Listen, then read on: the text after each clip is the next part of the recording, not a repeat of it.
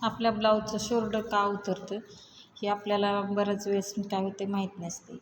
Shoulder जे आहे बरोबर असं जोडून घेतले, पूर्ण आपली उंची समोरची मागची ही बरोबर फिटिंगच्या बाजूला असं व्यवस्थित आपली फिटिंग आली पाहिजे. असं पूर्ण उंची समोरची मागलची उंची जर बरोबर असेल तर आपलं शोल्डर समोर उतरत नाही.